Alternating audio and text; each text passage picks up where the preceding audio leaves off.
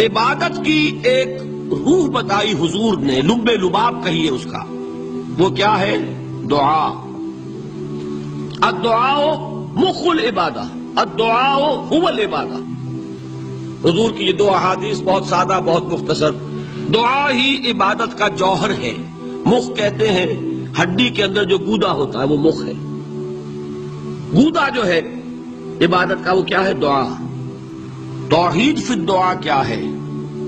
صرف اللہ کو پکارا جائے گا۔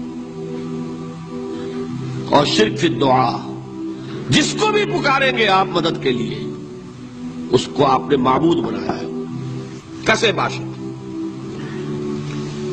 یہ مسئلہ سمجھ لیجئے، لا تدعو مع اللہ احدا، اللہ کے ساتھ کسی کو مت پکارو۔ حضور نے فرمایا کہ جوتی کا تسمہ بھی مانگنا ہو تو اللہ سے مانگو۔ اللہ نے تو دروازہ کھولا ہوا ہے، جو چاہو مانگو، کسی اور سے مت مانگو۔ فرض کیجئے اس وقت کوئی ارواح یہاں موجود ہو، فرض کیجئے، مجھے جس سے بحث ہے وہ یہ ہے کہ مجھے پکارنے کی اجازت نہیں ہے۔ ہوا کرے کسی کی روح موجود ہو، ہوا کرے، مجھے میرے رب کی اجازت نہیں ہے کہ میں اسے پکاروں۔ مدد مانگوں گا اللہ سے، دعا کروں گا اللہ سے، استغاثہ کروں گا اللہ سے، تکلیف کے لیے دہائی دوں گا اللہ کی۔ اب اللہ جس سے چاہے کروا دے، کسی روح کو بھیج دے، کسی فرشتے کو بھیج دے، مجھے کیا ہے؟ مجھے آم کھانے ہیں، پیڑ نہیں گننے۔ فلاں روح نے آگے کام کر دیا، کرے بھائی، میرا کام بننا چاہیے۔ اور فرشتہ آ گیا، اس نے کام بنا دیا، وہ کرے، مجھے کیا غرض ہے اس سے؟ میرا کام بننا چاہیے۔ میرا مسئلہ یہ ہے کہ مجھے پکارنا ہے صرف اللہ۔ اللہ کو اس کی بھی قدرت ہے کسی کو نہ بھیجے، نہ کسی روح کو بھیجے، نہ ملائکہ کو بھیجے، بغیر کسی کے جو چاہے کر دے۔ اللہ کا مرضی ہے، وہ چاہے کسی روح کو بھیج دے، کسی فرشتے کو بھیج دے، مجھے اس سے غرض ہی کوئی نہیں۔ مجھے تو اپنی تکلیف کا دور ہونا مطلوب ہے، اس کے لیے میں پکاروں گا۔ سمجھ رہے؟ دیکھیے میں سادہ ترین کر رہا ہوں مسئلہ۔ عبد القادر جیلانی کی روح یہاں ہے یا نہیں؟ حضور کی روح انور یہاں ہے یا نہیں؟ یہ تو علمی مسئلہ ہو گیا نا۔ یہ فرشتے یہاں ہیں کہ نہیں؟ کوئی اختلاف ہے؟ میں پکار سکتا ہوں اسے کہ بھائی ذرا میرا کام کر دینا ہے؟ یہ کروں گا تو شرک۔ موجود ہیں کرامن کاتبین ہے کہ نہیں؟ موجود ہونا نہ ہونا یہ مسئلہ علمی۔ جو اصل میں شرک سے متعلق مسئلہ ہے وہ یہ ہے کہ پکارنے کی اجازت نہیں۔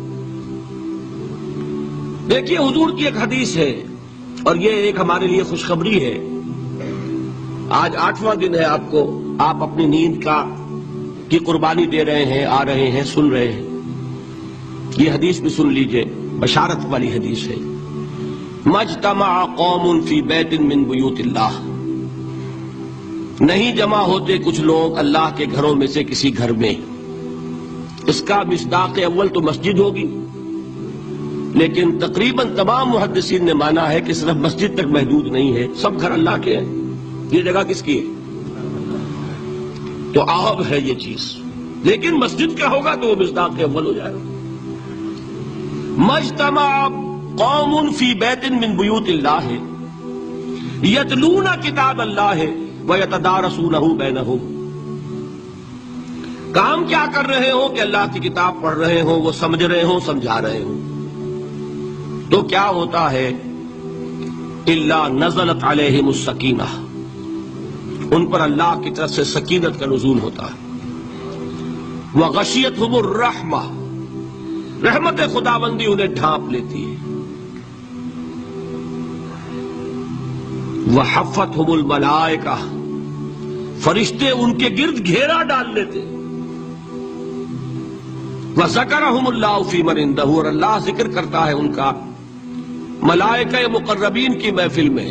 دیکھو تم کہتے تھے یہ انسان بڑا گھٹیا ہے، میرے وہ بندے اس وقت میرے گھر میں جمع ہے صرف میرے کلام کو سمجھنے کے لیے۔ اللہ فخر کرتا ہے، ذکر کرتا ہے اللہ اس محفل میں فی من عنده تو فرشتے ہیں کہ نہیں؟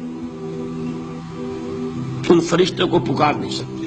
اگر آپ نے یا جبرائیل میرا یہ کام کروا دو، تکلیف میری رفع کر دو کہا اور شرک ہوا، یا میکائیل اور یا اسرافیل۔ اسی طرح اگر آپ نے کسی اولیاء اللہ کے ارواح میں سے کسی کو پکارا، اسی طرح اگر آپ نے انبیاء کو پکارا، جس کو بھی پکارا وہ شرک ہو جائے گا۔ پکارنے کی اجازت نہیں ہے، پکارو صرف اللہ کو، اللہ جس کے ذریعے سے آپ کا کام کرائے اس کا اختیار ہے۔ ندا لغیر اللہ، اللہ کے سوا کسی اور سے دعا، کسی اور سے استغاثہ، استدعاء، استمداد، یہ استعانت، یہ ہے اصل میں شرک۔